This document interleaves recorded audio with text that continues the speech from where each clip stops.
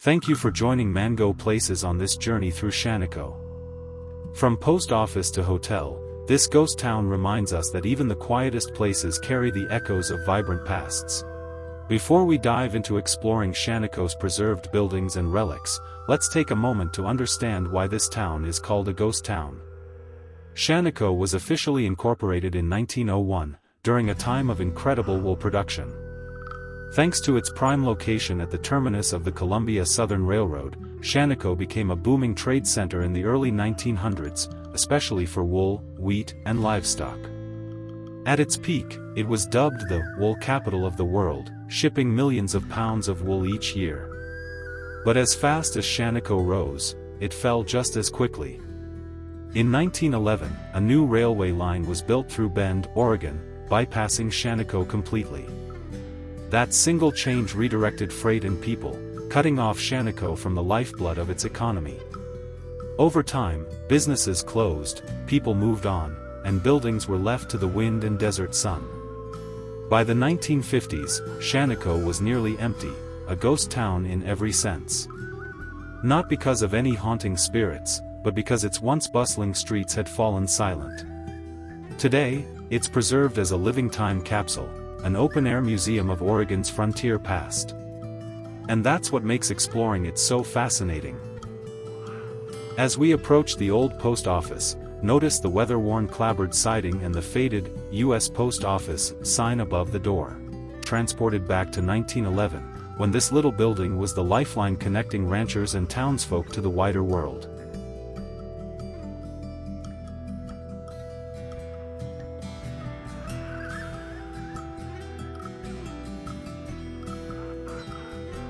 Next door sits the clubhouse once known as Martin's Pastime. Pull back the heavy batten door and step into dim light. This was Shanico's gathering place for games, gossip, and escape from the high desert winds. Here, an antique billiards table stands proudly in the center, its green felt faded to a soft moss. Over near the corner, vintage playing cards litter a small wooden table, and a battered piano bench hints at impromptu sing-alongs after a long day's work. Imagine ranch hands chalking up cues, laughter echoing off the walls, the clack of billiard balls resonating through the rafters.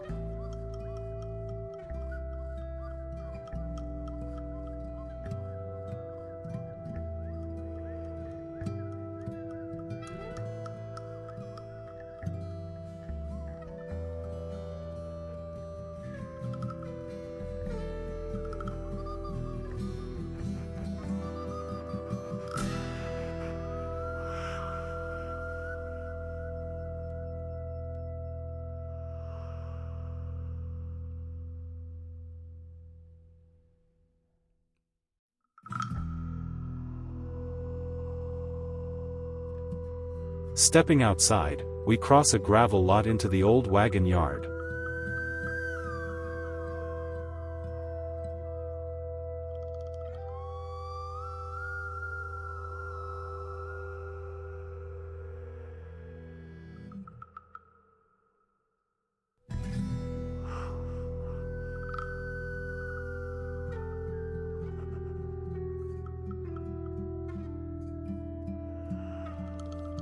Look left and right, rows of horse-drawn wagons, prairie schooners, and freight rigs, all frozen in time.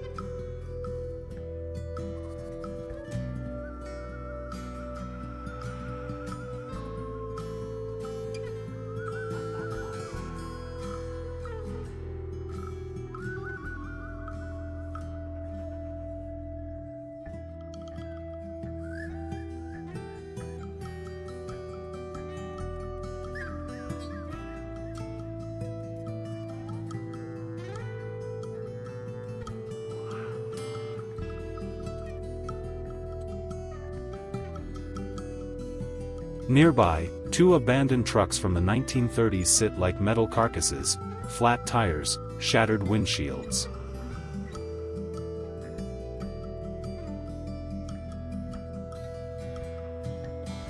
Pan up to the old Shanico Fire Department's engine parked at the far end, its brass bells still gleaming, hose reels coiled like sleeping serpents.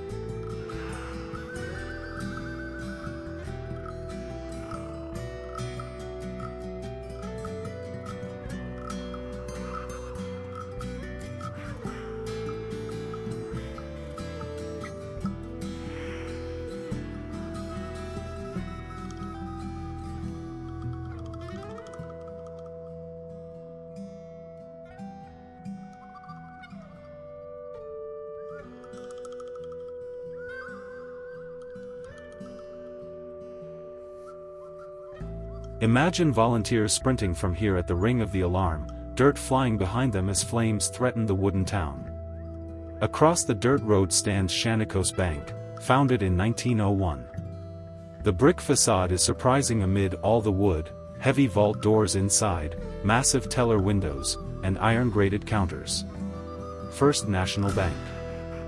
This building once held the life savings of wool ranchers. How bank failures elsewhere turned Shanico's vault into a symbol of security on the Oregon frontier. Just next door, the old community center doubled as City Hall. Its tall windows and simple columns speak to an era when even small towns aspired to grandeur. Inside, an empty stage dominates the far wall. Picture town meetings, dances, holiday celebrations under the glow of kerosene chandeliers. Swing by the fire brigade station, a squat wooden structure whose sliding bay doors once opened to reveal that brass bell engine we saw in the wagon yard. Inside now, empty hooks where coats once hung, a dusty oil can on the workbench, and the scent of old pine from the wooden rafters. Pan across the frayed fire hoses lying on the floor as a reminder of the ever-present threat of blaze in this wood-built town. Across the street lies the old stagecoach station. Film the hitching posts out front, the board bench where passengers waited for the next leg of the Oregon Trail.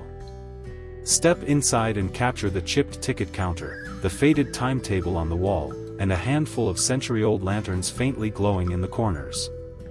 Imagine travelers, mail, and freight rumbling in on bumpy roads, changing horses, and forging ahead through wind and snow. The town's small museum collects, and preserves, so much of what we've passed already.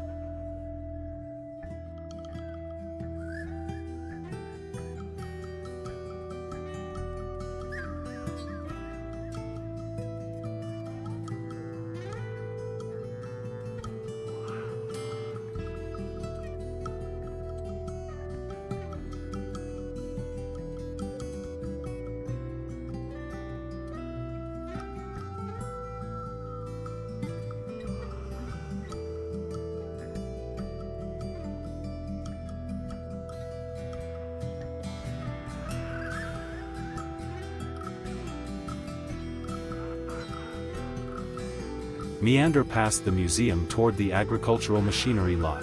The rusted plows, threshers, and reapers, iron giants standing guard over a bygone era of hand-powered harvests.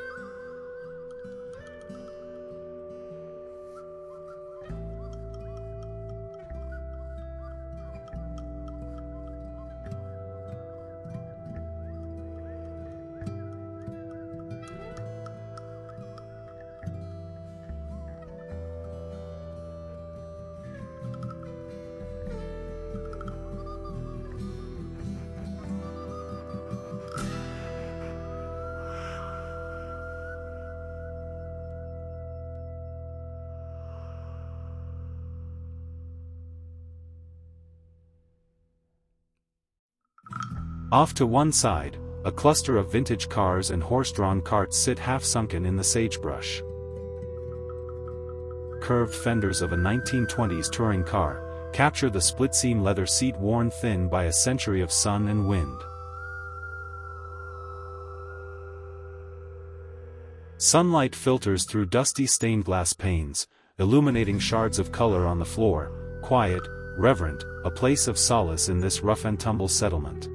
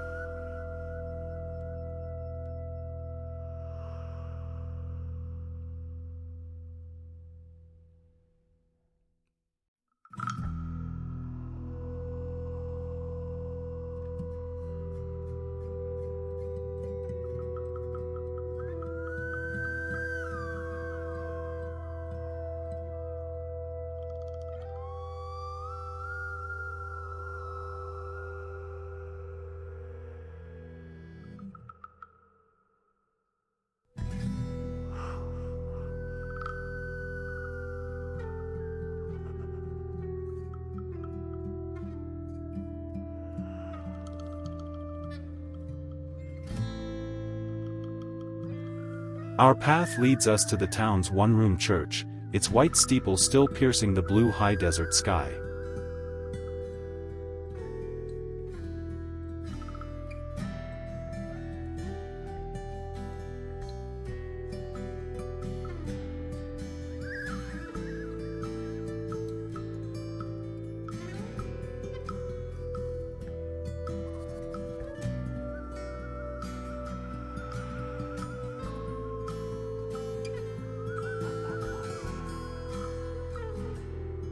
Just down the lane sits the old schoolhouse.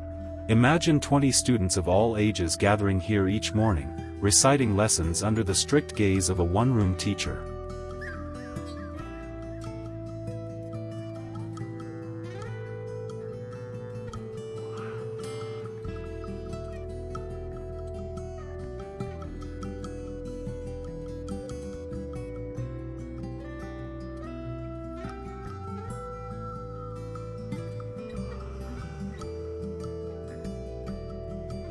Finally, our tour concludes at the beautifully renovated Shanico Hotel.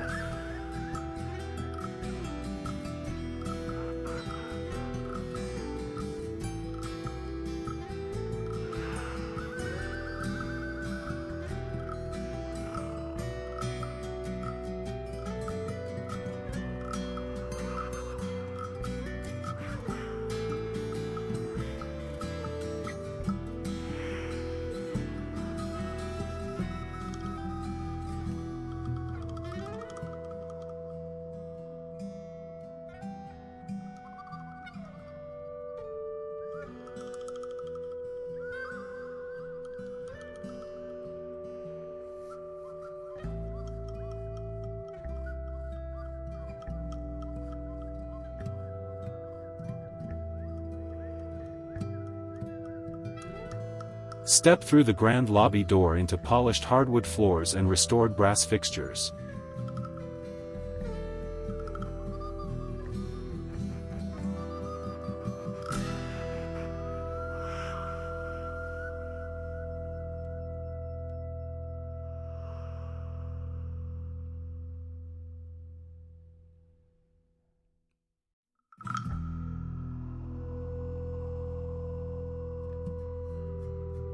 Then move into the bar area, long marble countertop, vintage bar stools, shelves of rattler-handled cocktail glasses.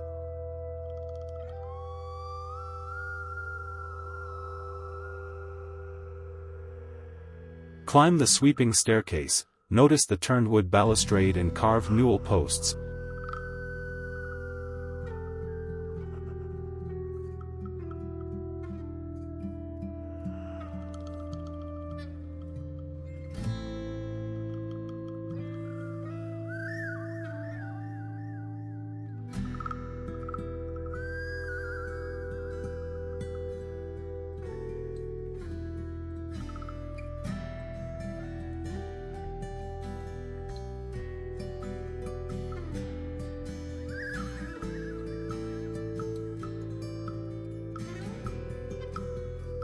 Inside, high ceilings, four-poster beds dressed in pristine linens, and a window overlooking the silent main street.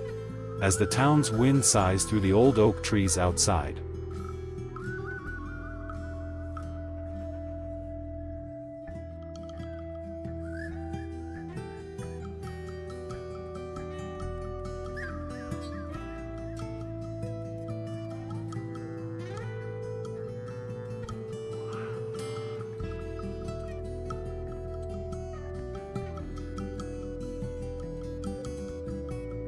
Thank you for joining Mango Places on this journey through Shanico. From post office to hotel, this ghost town reminds us that even the quietest places carry the echoes of vibrant pasts. Be sure to like, comment, and subscribe. Until our next adventure, keep exploring.